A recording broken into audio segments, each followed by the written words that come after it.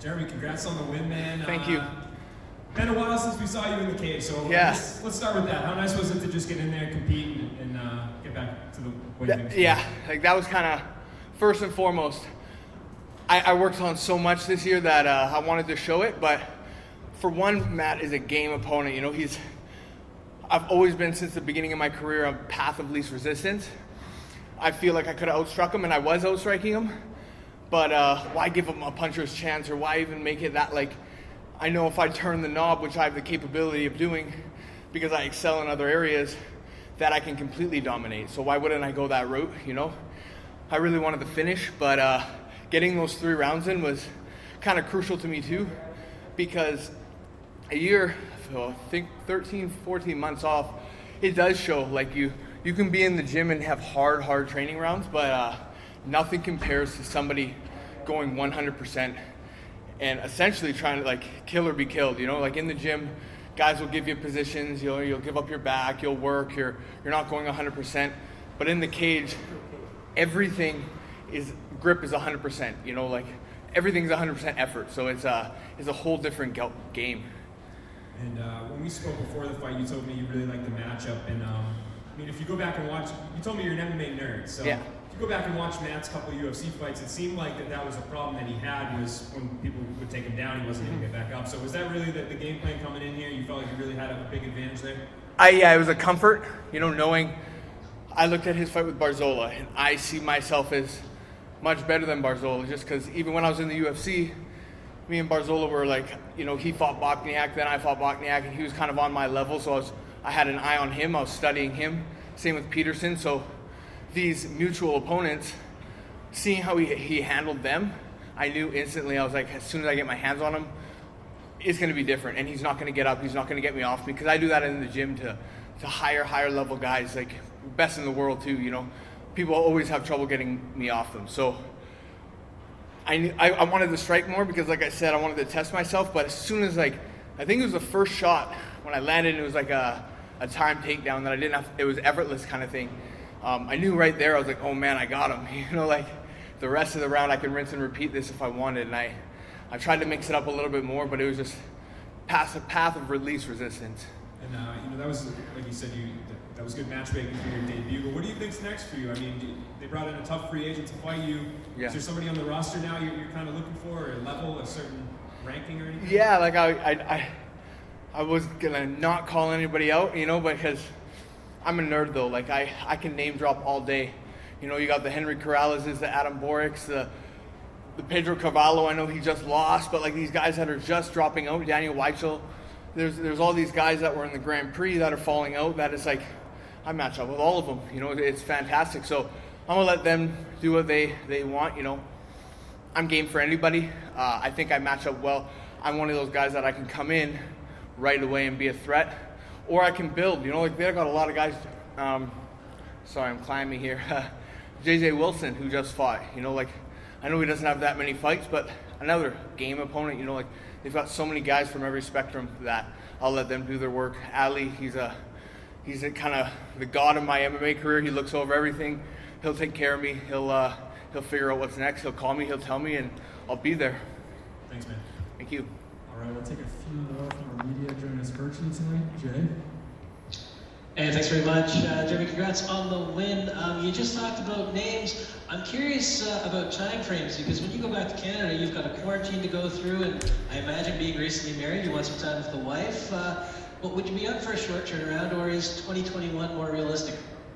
2021 is probably more realistic. I came down to Vegas, not leaving until I got a fight. You know, I've been training in hard training camps in September, so I'm so excited to go home and see my dogs. I haven't seen them in 3 months.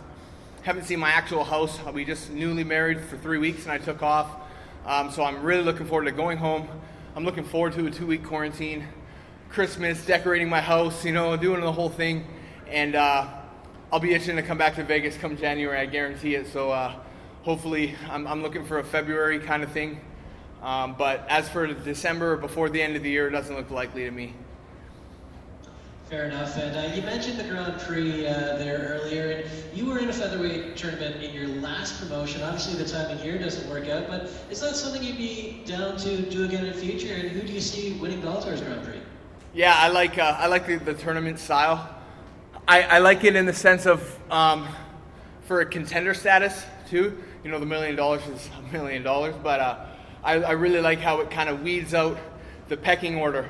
You know, as farther you go on, kind of separates you from the rest of the pack, and that's where, you know, DC and AJ are at right now, and then Pitbull and Sanchez on the other side. Like, they've had to beat really good guys to get there. You know, Darian's beat, you know, Borix and Corrales. Like, that's a roster on its own. You know, AJ, same thing with Georgie and I think it was Campos or someone. You know, again, I like that style, you know, and it keeps the audience intrigued, you know, it follows along. So I'm definitely in for a tournament. After this thing dust settles, I think we're going to see AJ against Pitbull, you know, later on next year.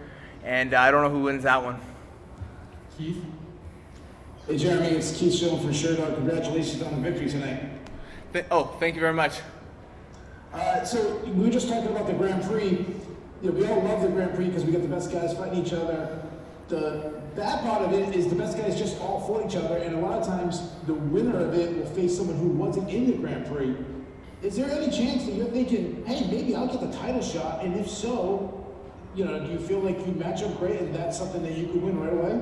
Yeah, like I feel like it's great timing for me to come into Bellator. You know, the landscape, you know, me and Nolan were talking about this actually. The winner of this is going to have already fought or be ahead of all these guys in the tournament. So I'm a new face. I'm a fresh face, someone that they haven't seen. And right away I can compete, you know. So give me a top guy beginning of next year, let the Grand Prix finish, and then we'll see what goes on there after that. So last question for you, Jeremy. Yeah. If I asked you about any of the guys at Grand Prix, you said you're a nerd, you can break down all the skill sets. Yep. So how about you analyze yourself for a second? And obviously, you know that you need areas to grow. Where would you say that you would like to make the biggest improvements between now and your next fight? It's so hard because I go in there and I take guys down, and I keep them there. So my striking, I mean, I wish you guys can see me in the gym in the sense of I strike. I can strike really well. I'm a nerd when it comes to the striking as well. You know, I've got combo books in my phone, and that I work with Coach Nixick. I have sequences and everything, and I'm comfortable on my feet. But it's so hard to not take somebody down when I get my hands on them and I can feel it. You know, it's like I'm not a collegiate style wrestler or a freestyle. I've never wrestled in high school or anything like that. I got that kind of Khabib style. You know, I love the cage, I love the clinch, the takedowns, and I love the mat returns and the ride time, you know, on the back. And people can't get me off them. I got a grip strength that I love, you know, and it's going to take somebody to be able to keep me off them for me to show my striking. And areas to improve, there's always areas to improve, but I think I've kind of laid the blueprint of what guys got to worry about moving forward. We have time for a couple more here. Santiago? Hi Jeremy, congratulations on an extremely dominant performance. Thank you. Your corner got some camera time during the broadcast, and on TV we could see you react immediately when your coach told you something to do. How important is your corner for you during the fight? Very important. You know, it's comfortability. You know, a lot of it is some of the things he's saying. Like, you can have coaches that are too technical. You know, fade out to the whatever, you know, and the sequence is gone. You know, it's a live fight. But having somebody that I'm in the gym with, I've been with Eric Nixick, Coach Nixick, for day in, day out for, you know, 3 months. Sparring, he watches my rounds. We hit pads together. He watches my grappling rounds. So he just knows me. He knows what I need to hear. He knows what I love to do. He knows my style. So when he sees me doing things that aren't necessarily his specialty or anything like that, he just knows to remind me of certain things. Slow down or move this way or touch this part, touch this body or move this leg or whatever, just small little key things. And it kind of brings me right back. You know, I'm in Extreme Couture. It's 3:30 on a Tuesday. I'm sparring my teammate. I'm in top half guard and I'm starting to let it slip my position away. And, you know, he's reminding me right away. And there's no difference here. You know, it's kind of funny, but I love this new era. You know, I was instantly comfortable. I walked into the cage, I looked around, I just saw Bellator staff everywhere. And I was like, you know, this is just another day. I get to compete. This is what I do. I'm sleeping, you know, 2 minutes up the escalator. I just come down and clock in, do my job, and I'm going back to my wife right after this. So it's pretty cool. And last thing for me, it's been a while since Bellator has put up an event in Canada. The last time was in 2014. Yep. How much would it mean to you if Bellator would return to your home country next year for a big event? Let's do it. Come on. I mean, coronavirus has kind of messed that up, especially in Canada. The commissions are not having any kind of. It's a tough time to be a Canadian regional fighter.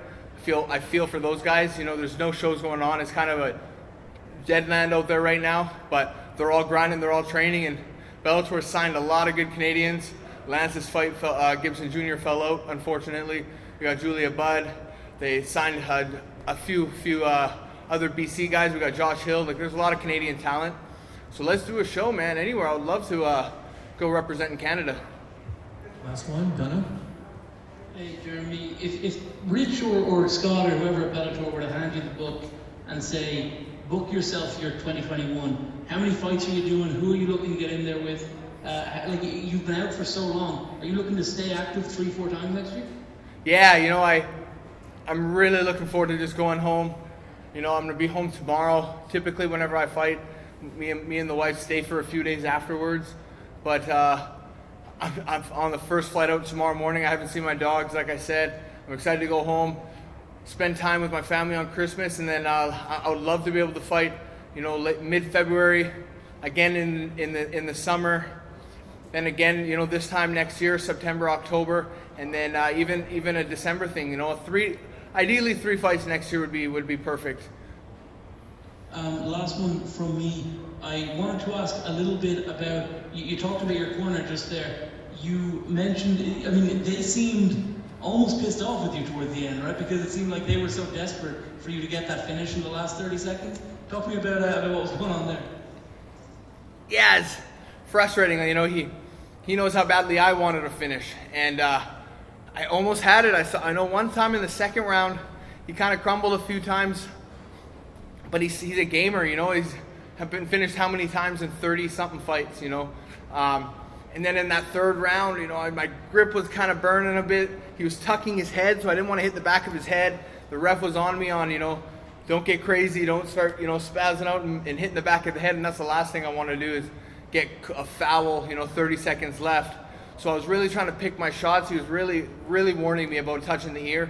I was landing those elbows. I mean, it was close to getting stopped a few times, but I said in a lot of interviews leading up, a TKO, a submission, a 30-26 domination, I'll be happy with anything, and 2 of those judges had a 30-26, so I can't complain. Thanks for the time, Jeremy. Congrats on the win. Thank you, guys.